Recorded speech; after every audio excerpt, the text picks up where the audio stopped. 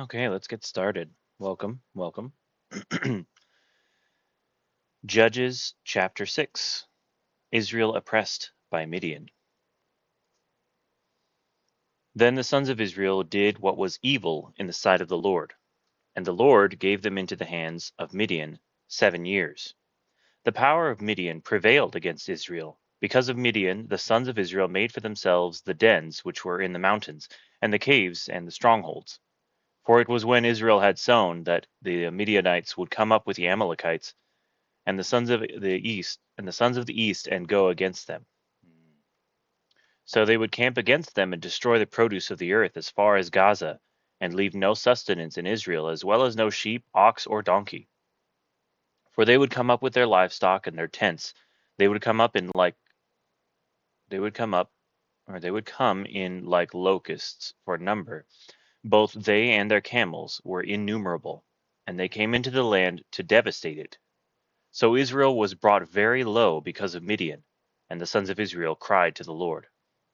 Now it came about when the sons of Israel cried to the Lord on account of Midian, that the Lord sent a prophet to the sons of Israel, and he said to them, Thus says the Lord, the God of Israel, It was I who brought you up from Egypt, and brought you out from the house of slavery.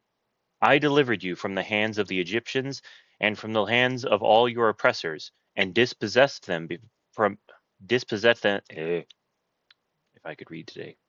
And dispossessed them before you, and gave you their land.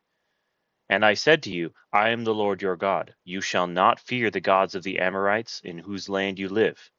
But you have not obeyed me.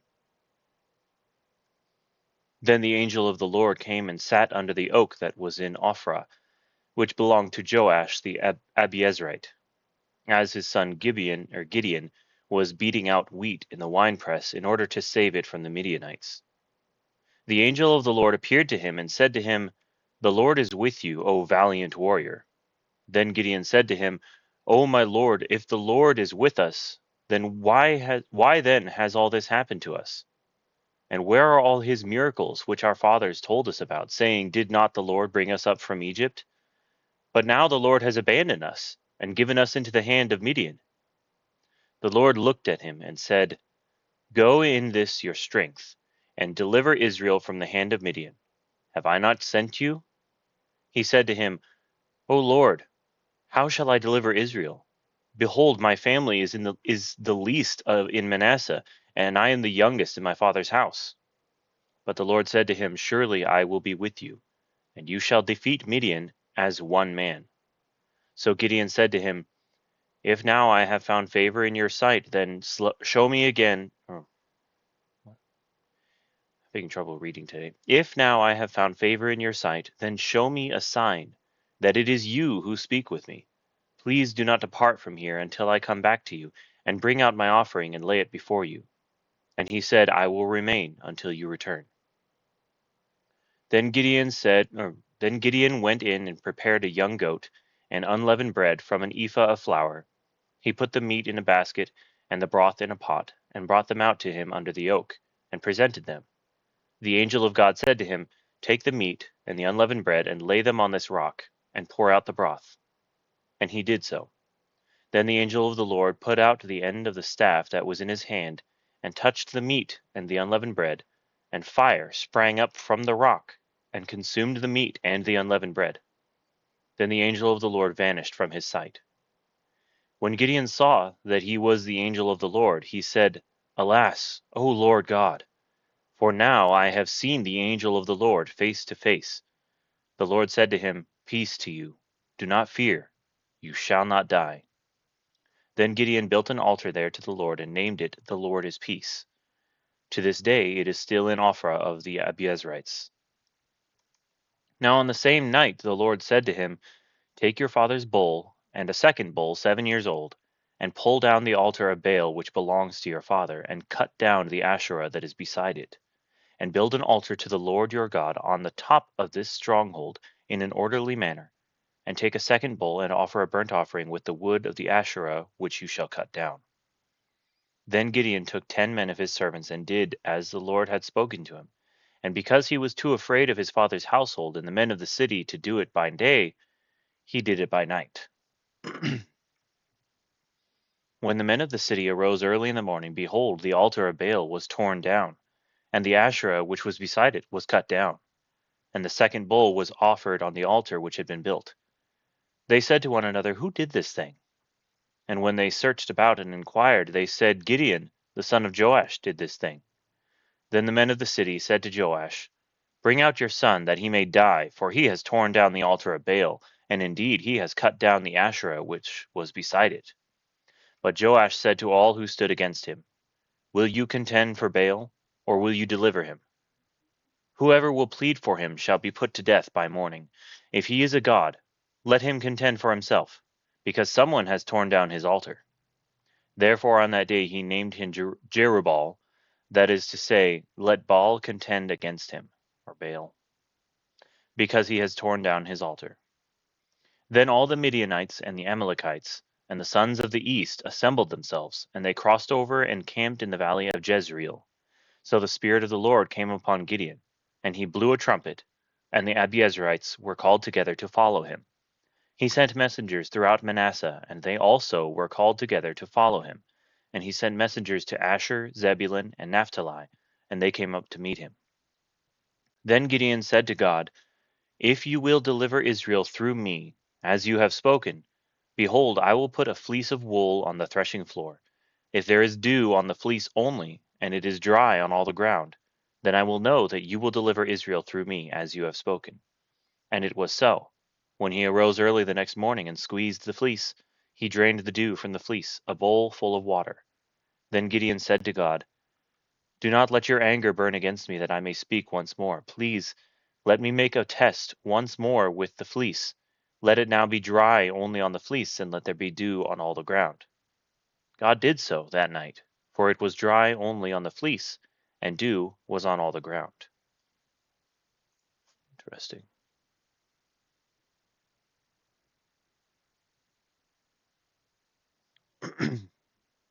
Judges chapter 7, Gideon's 300 chosen men. Then Jerubbaal, that is Gideon, and all the people who were with him rose early and camped beside the spring of Harod. And the camp of Midian was on the north side of them by the hill of Moreh by the valley, or in the valley. The Lord said to Gideon, The people who are with you are too many for me to give Midian into their hands. For Israel would become boastful, saying, My own power has delivered me. Now therefore come, proclaim in the hearing of the people, saying, Whoever is afraid and trembling, let him return and depart from Mount Gilead. So 22,000 people returned, but 10,000 remained. Over half of these people were terrified. So they went home. Anyway, verse 4. Then the Lord said to Gideon, The people are still too many. Bring them down to the water, and I will test them for you there. Therefore it shall be that he of whom I say to you, This one shall go with you, he shall go with you. But every one of whom I say to you, This one shall not go with you, he shall not go. So he brought the people down to the water, and the Lord said to Gideon, You shall separate everyone who laps the water with his tongue as a dog laps, as well as everyone who kneels to drink. Now the number of those who lapped, putting their hand to their mouth, was 300 men. But all the rest of the people kneeled to drink water. The Lord said to Gideon, I will deliver you with the 300 men who lapped, and will give the Midianites into your hands. So let all the other people go, each man to his home. So the 300 men took the people's provisions and their trumpets into their hands. And Gideon sent all the other men of Israel, each to his tent, but retained the 300 men, and the camp of Midian was below him in the valley. Now the same night it came about that the Lord said to him, Arise, go down against the camp, for I have given it into your hands. But if you are afraid to go down, go with Purah your servant down to the camp, and you will hear what they say, and afterward your hands will be strengthened, that you may go down against the camp. So he went with Purah his servant down to the outposts of the army that was in the camp. Now the Midianites and the Amalekites and all the sons of the east were lying in the valley as numerous as locusts, and their camels were without number, as numerous as the sand on the seashore.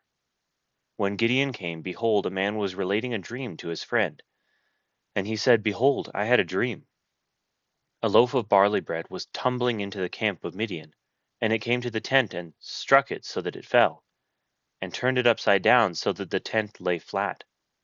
His friend replied, "This is nothing less than the sword of Gideon." Oh, this is nothing less than the sword of Gideon, the son of Joash, a man of Israel. God has given Midian and all the camp into his hand. Then Gideon heard the account of the dream and its interpretation. When Gideon heard the account of the dream and its interpretation, he bowed in worship. He returned to the camp of Israel and said, "Arise, for the Lord has given the camp of Midian into your hands." He divided the 300 men into 3 companies, and he put trumpets and empty pitchers into the hands of all of them, with torches inside the pitchers. He said to them, "Look at me and do likewise. And behold, when I come to the outskirts of the camp, do as I do. When I and all who are with me blow the trumpet, then you also blow the trumpets all around the camp, and say, 'For the Lord and for Gideon.'" So Gideon and the 100 men who were with him came to the outskirts of the camp at the beginning of the middle watch, when they had just posted the watch, and they blew the trumpets and smashed the pitchers that were in their hands. When the 3 companies blew the trumpets and broke the pitchers, they held the torches in their left hands, and the trumpets in their right hands for blowing, and cried, "A sword for the Lord and for Gideon." Each stood in his place around the camp, and all the army ran, crying out as they fled. When they blew 300 trumpets, the Lord set the sword of one against another, even throughout the whole army, and the army fled as far as Beth-shittah, towards Zerera, as far as the edge of Abel-meholah by Tabbath. The men of Israel were summoned from Naphtali and Asher and all Manasseh, and they pursued Midian. Gideon sent messengers throughout all the hill country of Ephraim, saying, "Come down against Midian and take the waters before them, as far as Bethbara and the Jordan." So all the men of Ephraim were summoned, and they took the waters as far as Bethbara and the Jordan. They captured the 2 leaders of Midian, Oreb and Zeb, and they killed Oreb at the rock of Oreb, and they killed Zeb at the winepress of Zeb. While they pursued Midian, and they brought the heads of Oreb and Zeb to Gideon from across the Jordan.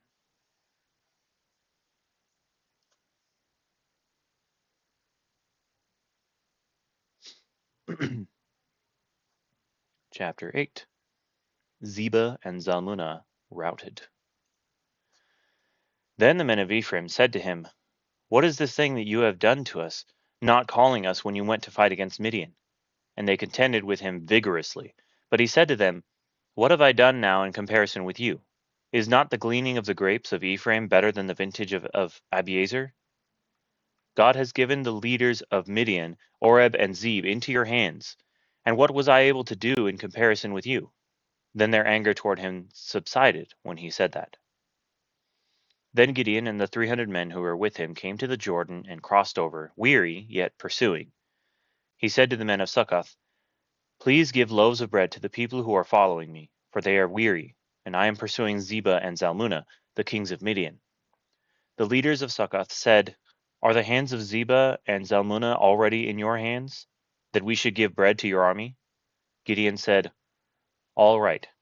When the Lord has given Zebah and Zalmunna into my hand, then I will thrash your bodies with the thorns of the wilderness and with briars."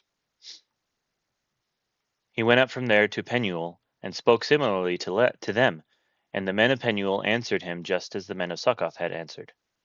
So he spoke also to the men of Penuel, saying, "When I return safely, I will tear down this tower."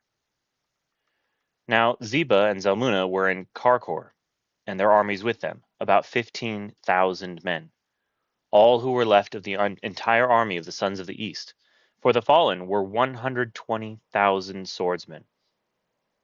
Gideon went up by the way of those who lived in tents on the east of Nobah and Jogbehah, and attacked the camp when the camp was unsuspecting. When Zebah and Zalmunna fled, he pursued them and captured the 2 kings of Midian, Zebah and Zalmunna, and routed the whole army. Then Gideon the son of Joash returned from the battle by the ascent of Heres, and he captured a youth from Succoth and questioned him. Then the youth wrote down for him the princes of Succoth and its elders, 77 men. He came to the men of Succoth and said, "Behold, Zebah and Zalmunna, concerning whom you taunted me, saying, 'Are the hands of Zebah and Zalmunna already in your hand, that we should give bread to your men who are weary?'" He took the elders of the city and thorns of the wilderness and briars, and he disciplined the men of Succoth with them. He tore down the tower of Penuel and killed the men of the city. Then he said to Zebah and Zalmunna, "What kind of men were they whom you killed at Tabor?" And they said, "They were like you, each one resembling the son of a king." He said, "They were my brothers, the sons of my mother. As the Lord lives, if only you had let them live, I would not kill you." So he said to Jether, his firstborn, "Rise, kill them." But the youth did not draw his sword, for he was afraid, because he was still a youth. Then Zebah and Zalmunna said, "Rise up yourself, and fall on us. For as the man, so is his strength." So Gideon arose and killed Zebah and Zalmunna, and took the crescent ornaments which were on their camels' necks. Then the men of Israel said to Gideon, "Rule over us, both you and your son, also your son's son, for you have delivered us from the hand of Midian." But Gideon said to them, "I will not rule over you, nor shall my son rule over you. The Lord shall rule over you." Yet Gideon said to them, "I would request of you that each of you give me an earring from his spoil." For they had gold earrings, because they were Ishmaelites. They said, "We will surely give them." So they spread out a garment, and every one of them threw an earring there from his spoil.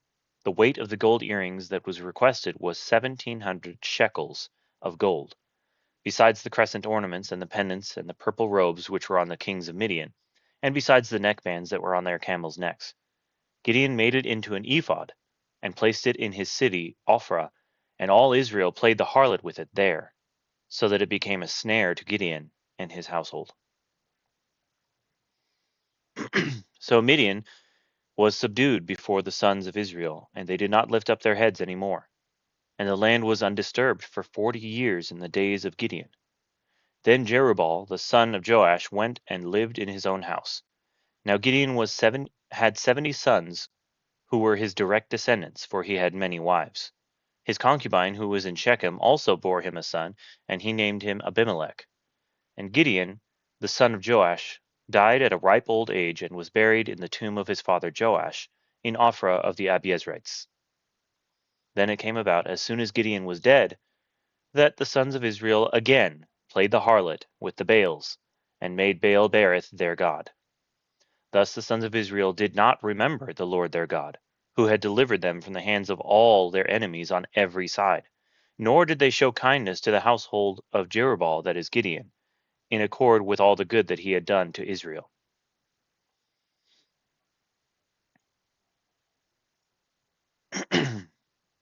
Chapter 9. Abimelech's Conspiracy. And Abimelech, the son of Jerubbaal, went to Shechem to his mother's relatives, and spoke to them and to the whole clan of the household of his mother's father, saying, "Speak now in the hearing of all the leaders of Shechem.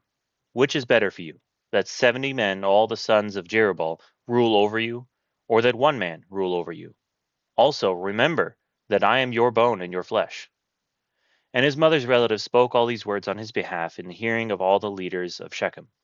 And they were inclined to follow Abimelech, for they said, "He is our relative." They gave him 70 pieces of silver from the house of Baal-berith, with which Abimelech hired worthless and reckless fellows, and they followed him. Then he went to his father's house at Ophrah, and killed his brothers, the sons of Jerubbaal, 70 men, on one stone. But Jotham, the youngest son of Jerubbaal, was left, for he hid himself. All the men of Shechem and all Beth Millo assembled together, and they went and made Abimelech king by the oak of the pillar which was in Shechem. Now when they told Jotham, he went and stood on the top of Mount Gerizim, and lifted his voice and called out. Thus he said to them, "Listen to me, O men of Shechem, that God may listen to you."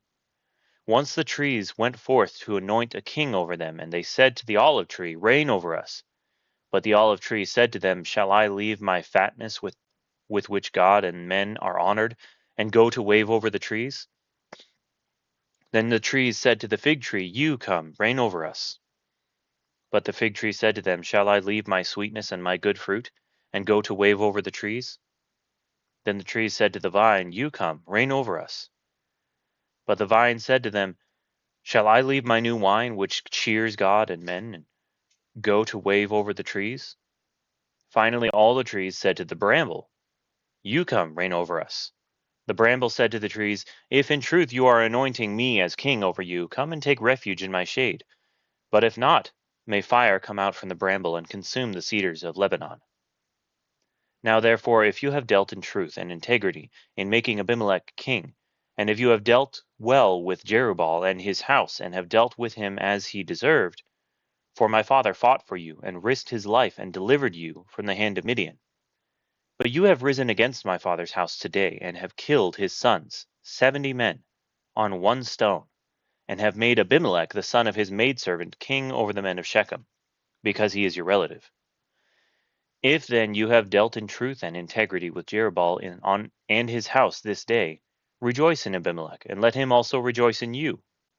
But if not, let fire come out from Abimelech, and consume the men of Shechem and Beth Millo.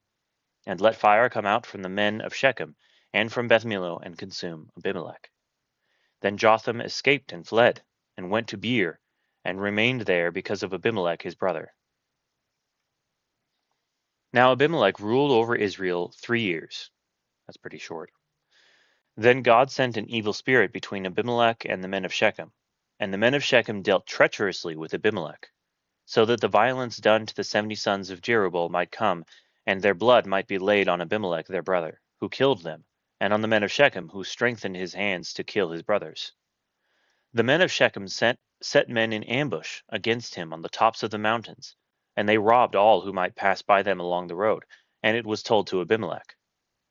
Now Gaal the son of Ebed came with his relatives, and crossed over into Shechem, and the men of Shechem put their trust in him. They went out into the field, and gathered the grapes of their vineyards, and trod them, and held a festival. And they went into the house of their God, and ate and drank, and cursed Abimelech. Then Gaal the son of Ebed said, "Who is Abimelech, and who is Shechem, that we should serve him? Is he not the son of Jerubbaal, and is Zebul not his lieutenant?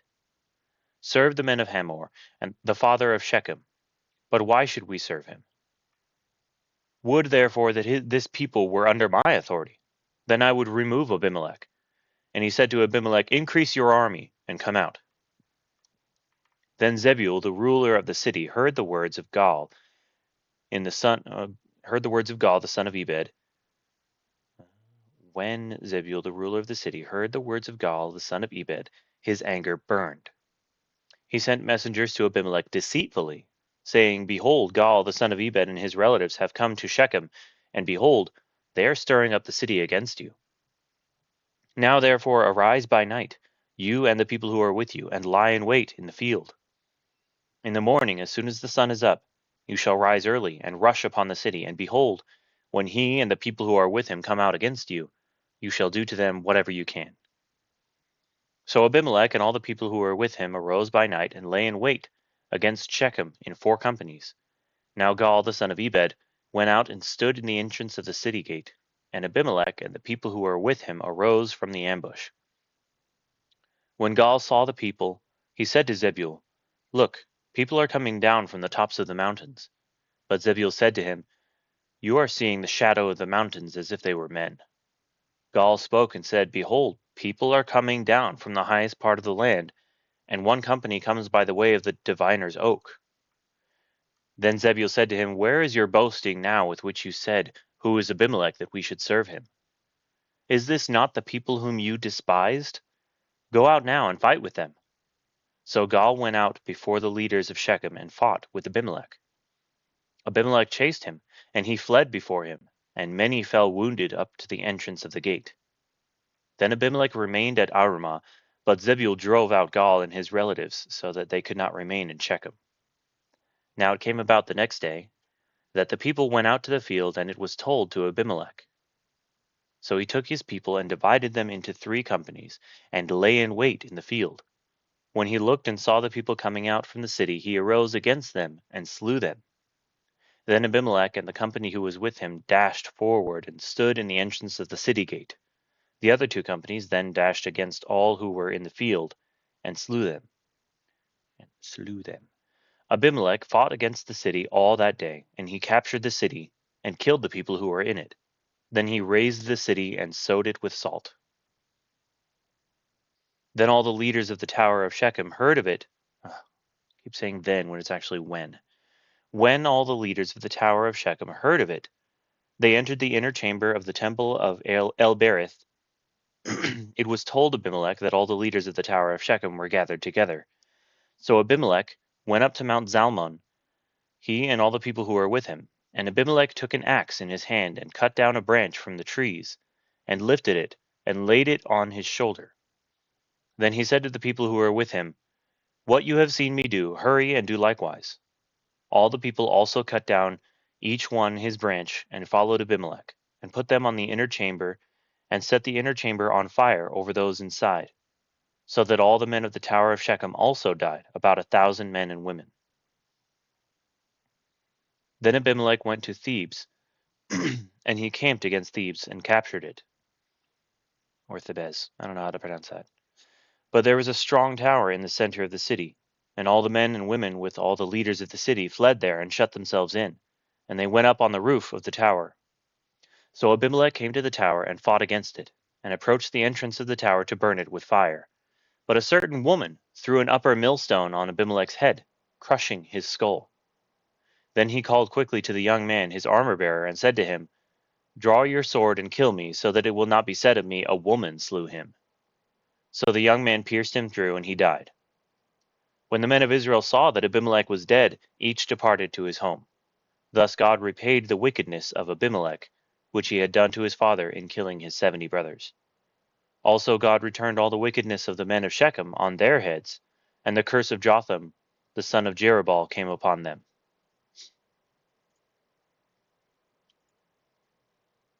All right, chapter 10, the oppression of Philistines and Ammonites. Now after Abimelech died, Tola, the son of Puah, the son of Dodo, interesting name, a man of Issachar, arose to save Israel, and he lived in Shamir in the hill country of Ephraim. He judged Israel 23 years. Then he died and was buried in Shamir. After him, Jair the Gileadite arose and judged Israel 22 years. He had 30 sons who rode on 30 donkeys, and he had 30 cities in the land of Gilead that are called Havoth Jair to this day. And Jair died and was buried in Kaman. Then the sons of Israel again did evil in the sight of the Lord, served the Baals and the Ashtaroth, the gods of Aram, the gods of Sidon, the gods of Moab, the gods of the sons of Ammon, and the gods of the Philistines. They're just stacking gods upon gods upon gods. None of these are real. They're not serving the real one. They're serving all of the fake ones. Thus they forsook the Lord and did not serve him. The anger of the Lord burned against Israel, and he sold them into the hands of the Philistines and into the hands of the sons of Ammon. They afflicted and crushed the sons of Israel that year. For 18 years they afflicted all the sons of Israel who were beyond the Jordan in Gilead in the land of the Amorites.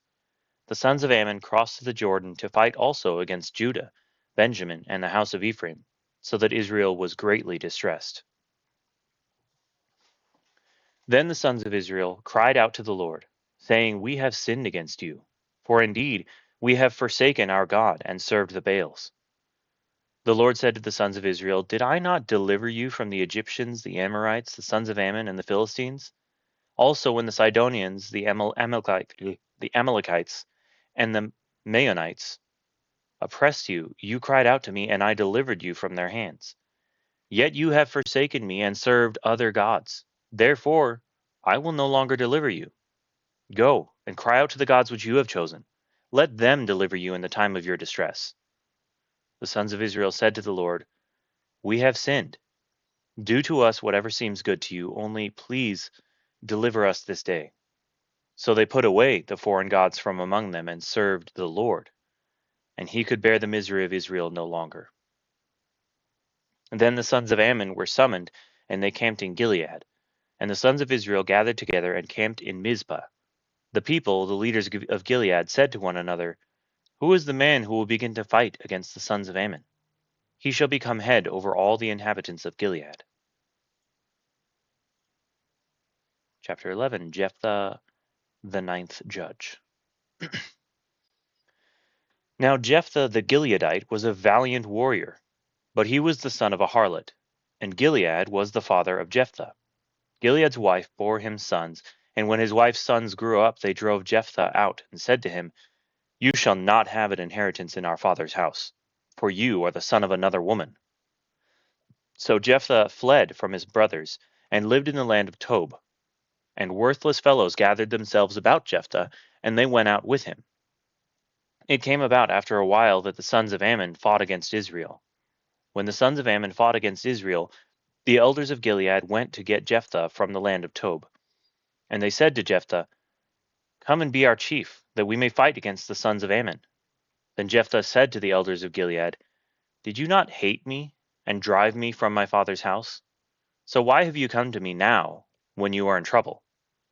The elders of Gilead said to Jephthah, "For this reason we have now returned to you, that you may go with us and fight with the sons of Ammon, and become head over all the inhabitants of Gilead." So Jephthah said to the elders of Gilead, "If you take me back to fight against the sons of Ammon, and the Lord gives them up to me, will I become your head?" The elders of Gilead said to Jephthah, "The Lord is witness between us. Surely we will do as you have said." Then Jephthah went with the elders of Gilead, and the people made him head and chief over them. And Jephthah spoke all his words before the Lord at Mizpah. Now Jephthah sent messengers to the king of the sons of Ammon, saying, "What is between you and me, that you have come to me to fight against my land?" The king of the sons of Ammon said to the messengers of Jephthah, "Because Israel took away my land when they came up from Egypt, from the Arnon as far as the Jabbok and the Jordan, therefore return them peaceably now." But Jephthah sent messengers again to the king of the sons of Ammon, and they said to him, "Thus says Jephthah, Israel did not take away the land of Moab, nor the land of the sons of Ammon. For when they came up from Egypt, and Israel went through the wilderness to the Red Sea, and came to Kadesh, then Israel sent messengers to the king of Edom, saying, Please let us pass through your land. But the king of Edom would not listen. And they also sent to the king of Moab, but he would not consent. So Israel remained at Kadesh. Then they went through the wilderness and around the land of Edom and the land of Moab, and came to the east side of the land of Moab, and they camped beyond the Arnon. But they did not enter the territory of Moab, for the Arnon was the border of Moab. And Israel sent messengers to Sihon king of the Amorites, the king of Heshbon, and Israel said to him, Please let us pass through your land to our place. But Sihon did not trust Israel to pass through his territory. So Sihon gathered all his people and camped in Jahaz and fought with Israel. The Lord, the God of Israel, gave Sihon and all his people into the hand of Israel, and they defeated them. So Israel possessed all the land of the Amorites, the inhabitants of that country. So they possessed all the territory of the Amorites, from the Arnon as far as the Jabbok, and from the wilderness as far as the Jordan. Since now the Lord, the God of Israel, drove out the Amorites from before his people Israel, are you then to possess it? Do you not possess what Chemosh your God gives you to possess? So whatever the Lord our God has driven out before us, we will possess it. Now are you any better than Balak the son of Zippor, king of Moab? Did he ever strive with Israel, or did he ever fight against them? While Israel lived in Heshbon and its villages, and in Aroer and its villages, and in all the cities that are on the banks of the Arnon 300 years, why did you not recover them within that time? I therefore have not sinned against you, but you are doing me wrong by making war against me. May the Lord, the judge, judge today between the sons of Israel and the sons of Ammon. But the king of the sons of Ammon disregarded the message which Jephthah sent him. Now the Spirit of the Lord came upon Jephthah, so that he passed through Gilead and Manasseh. Then he passed through Mizpah of Gilead, and from Mizpah of Gilead he went on to the sons of Ammon. Jephthah made a vow to the Lord, and said, If you will indeed give the sons of Ammon into my hand, then it shall be that whatever comes out of the doors of my house to meet me when I return in peace from the sons of Ammon, it shall be the Lord's, and I will offer it up as a burnt offering. Now, this is where you need to be careful with your words, especially when making vows. You need to be very careful. Verse 32. So Jephthah crossed over to the sons of Ammon to fight against them, and the Lord gave them into his hand.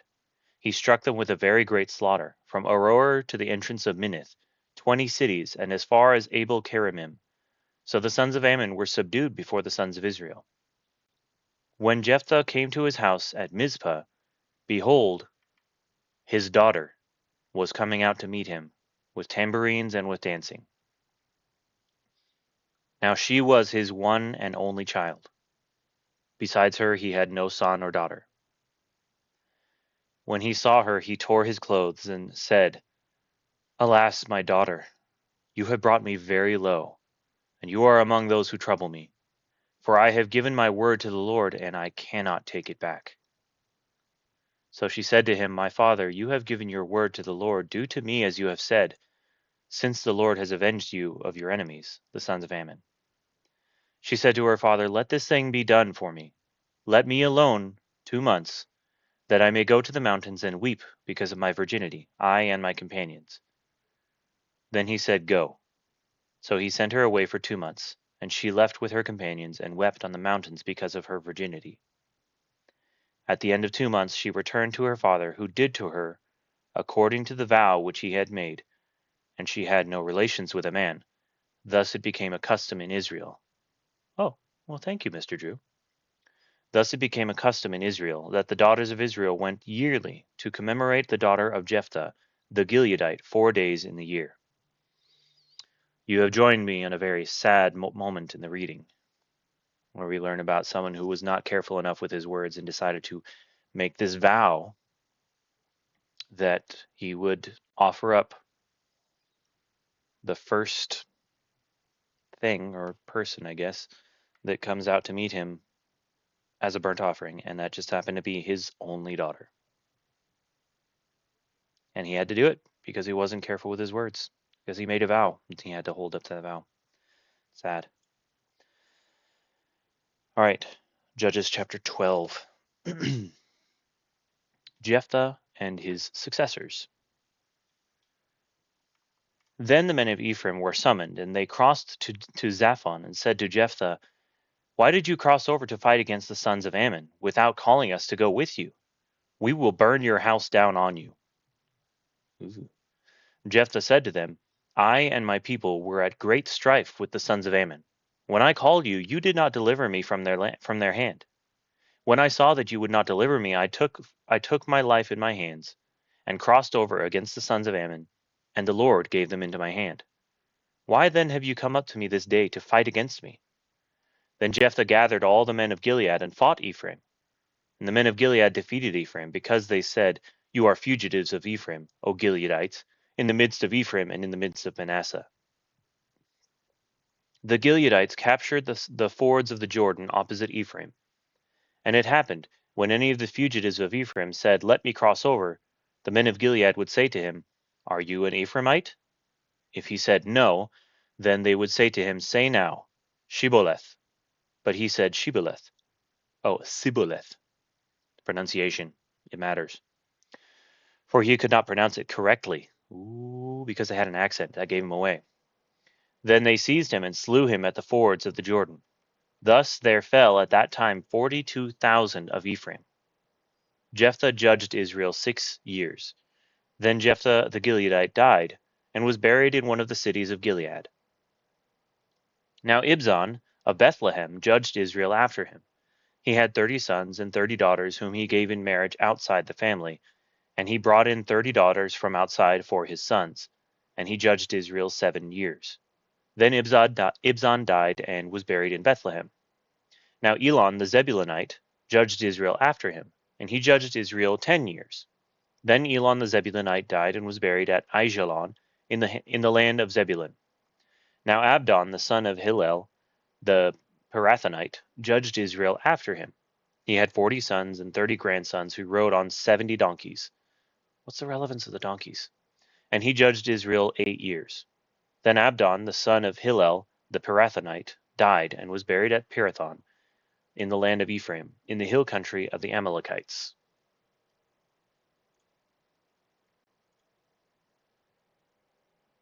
Alrighty. We still have time. Judges chapter 13, Philistines oppress again. Those Philistines. Now the sons of Israel again did evil in the sight of the Lord. Oh, big surprise. So that the Lord gave them into the hands of the Philistines 40 years. This seems to be a repeating process. They have a judge, And then after the judge dies, or after the couple judges, sometimes they'll have judges back to back. But then as soon as the judge dies, Israel's like, all right, time to serve the gods again.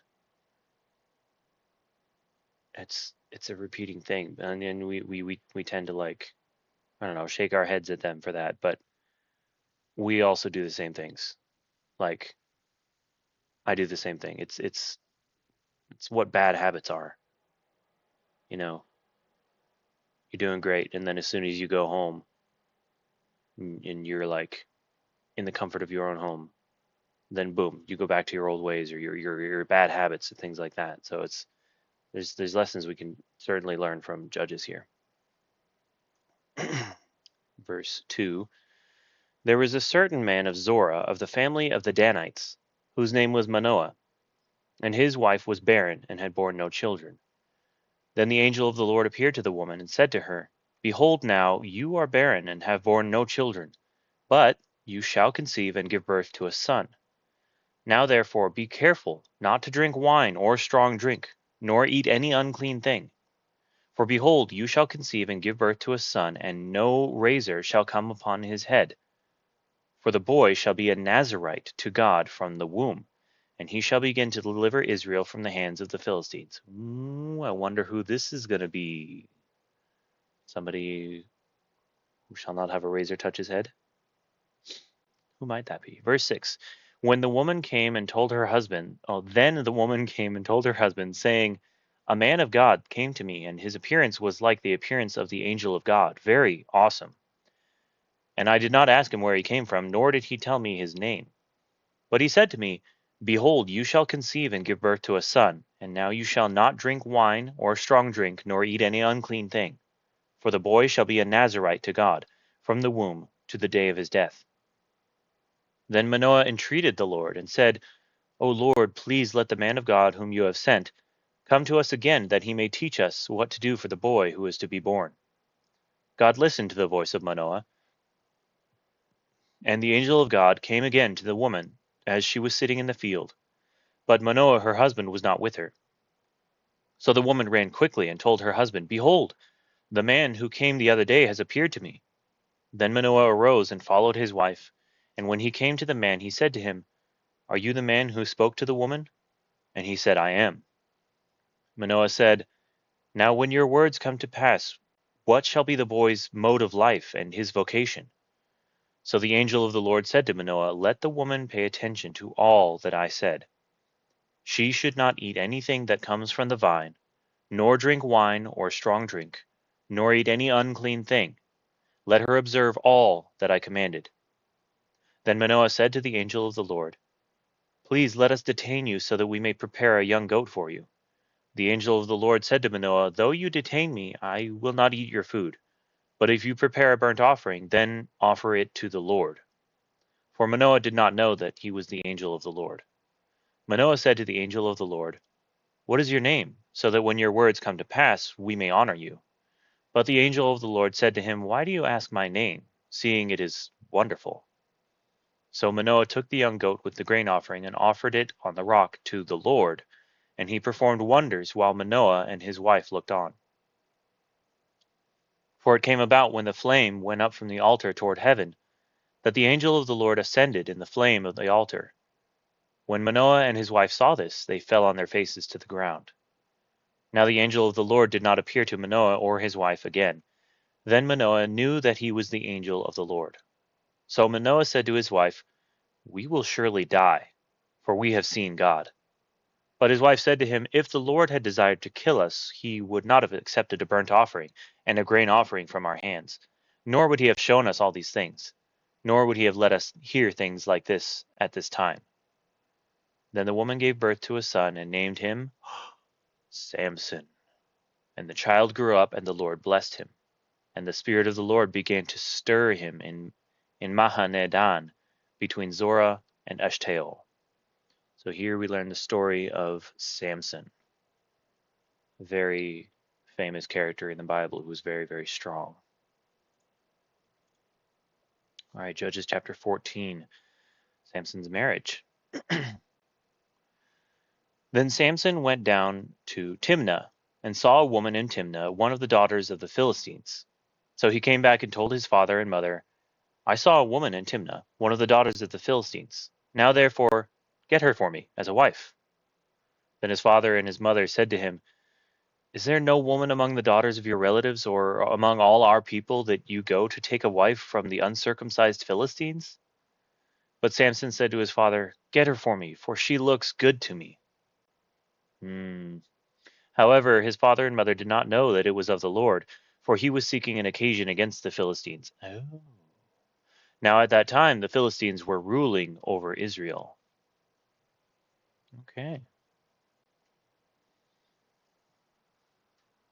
At first, it looked like Samson was uh, just trying to get the most beautiful woman out there, but then it turns out he was actually acting upon the will of God. All right, verse 5. Then Samson went down to Timnah with his father and mother, and came as far as the vineyards of Timnah, and behold, a young lion came roaring toward him. The Spirit of the Lord came upon him mightily, so that he tore him as one tears a young goat, though he had nothing in his hand. But he did not tell his father or mother what he had done. So he went down and talked to the woman, and she looked good to Samson. When he returned later to take her, he turned aside to look at the carcass of the lion, and behold, a swarm of bees and honey were in the body of the lion. So he scraped the honey into his hands and went on, eating as he went. When he came to his father and mother, he gave some to them, and they ate it. But he did not tell them that he had scraped the honey out of the body of the lion.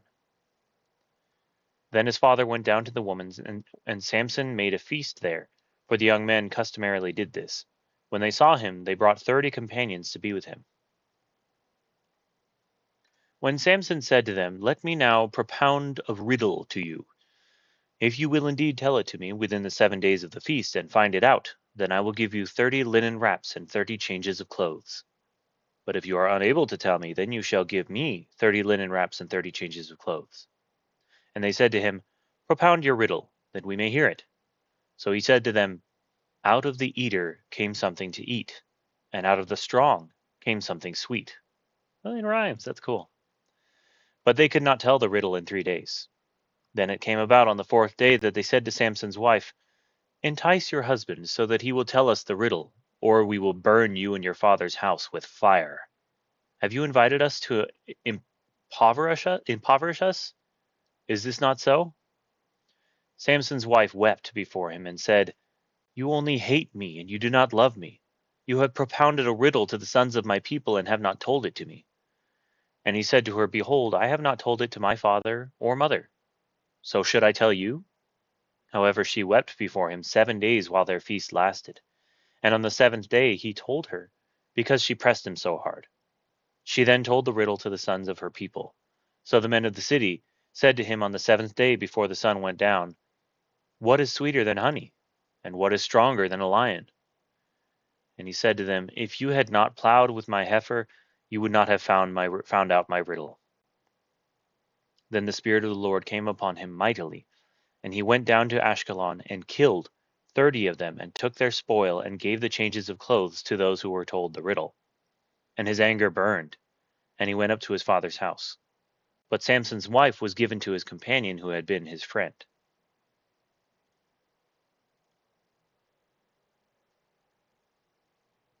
Chapter 15, Samson burns Philistine crops. Do I have enough time? Yeah, I think I have time. But after a while, in the time of wheat harvest, Samson visited his wife with a young goat, and said, I will go in to my wife in her room. But her father did not let him enter. Her father said, I really thought that you hated her intensely, so I gave her to your companion. Is not her younger sister more beautiful than she? Please let her be yours instead. Samson then said to them, This time I shall be blameless in regard to the Philistines when I do them harm. Samson went and caught 300 foxes and took torches, and turned the fox's tail to tail, and put one torch in the middle between two tails. When he had set fire to the torches, he released the foxes into the standing grain of the Philistines, thus burning up both the shocks and the standing grain, along with the vineyards and the groves. Then the Philistines said, Who did this? And they said, Samson, the son-in-law of the Timnite, because he took his wife and gave her to his companion. So the Philistines came up and burned her and her father with fire. Samson said to them, "Since you act like this, I will surely take revenge on you. But after that, I will quit." He struck them ruthlessly with a great slaughter, and he went down and lived in the cleft of the rock of Etam. Then the Philistines went up and camped in Judah, and spread out in Lehi. The men of Judah said, "Why have you come up against us?" And they said, "We have come up to bind Samson in order to do to him as he did to us." Then 3,000 men of Judah went down to the cleft of the rock of Etam, and said to Samson, "Do you not know that the Philistines are rulers over us? What then is this that you have done to us?" And he said to them, "As they did to me, so I have done to them." They said to him, we have come down to bind you, so that we may give you into the hands of the Philistines." And Samson said to them, "Swear to me that you will not kill me." So they said to him, "No, but we will bind you fast and give you into their hands. Yet surely we will not kill you." Then they bound him with 2 new ropes and brought him up from the rock. When he came to Lehi, the Philistines shouted as they met him, and the Spirit of the Lord came upon him mightily, so that the ropes that were on his arms were as flax that is burned with fire, and his bonds dropped from his hands. He found a fresh jawbone of a donkey, so he reached out and took it, and killed 1,000 men with it. Then Samson said, "With the jawbone of a donkey, heaps upon heaps. With the jawbone of a donkey, I have killed 1,000 men." When he had finished speaking, he threw the jawbone from his hand, and he named that place Ramath Lehi. Then he became very thirsty, and he called to the Lord and said, "You have given this great deliverance by the hand of your servant, and now shall I die of thirst and fall into the hands of the uncircumcised?" But God split the hollow place that is in Lehi, so that water came out of it. When he drank, his strength returned, and he revived. Therefore he named it En-Hakkore, which is in Lehi to this day. So he judged Israel 20 years in the days of the Philistines.